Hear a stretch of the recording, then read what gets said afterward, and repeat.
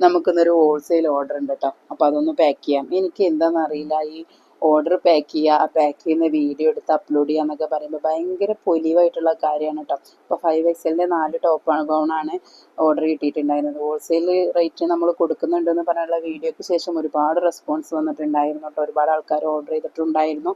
നിങ്ങളുടെ ഒരു സപ്പോർട്ടിന് ഒരുപാട് താങ്ക്സ് ഉണ്ട്. എത്ര പറഞ്ഞാലും മതിയാവില്ല കേട്ടോ. അത് എന്താ വെച്ചാൽ നമ്മുടെ ഹോൾസെയിൽ റേറ്റിന് കൊടുക്കുന്നത് എങ്ങനെയാണെന്ന് വെച്ചാൽ നമ്മൾ മിനിമം 4 ഡ്രസ്സെങ്കിലും നമ്മുടെ കയ്യിൽ നിന്ന് പർച്ചേസ് ചെയ്താലാണ് കേട്ടോ നമുക്ക് ഹോൾസെയിൽ റേറ്റിന് കൊടുക്കാനായിട്ട് പറ്റുള്ളൂ.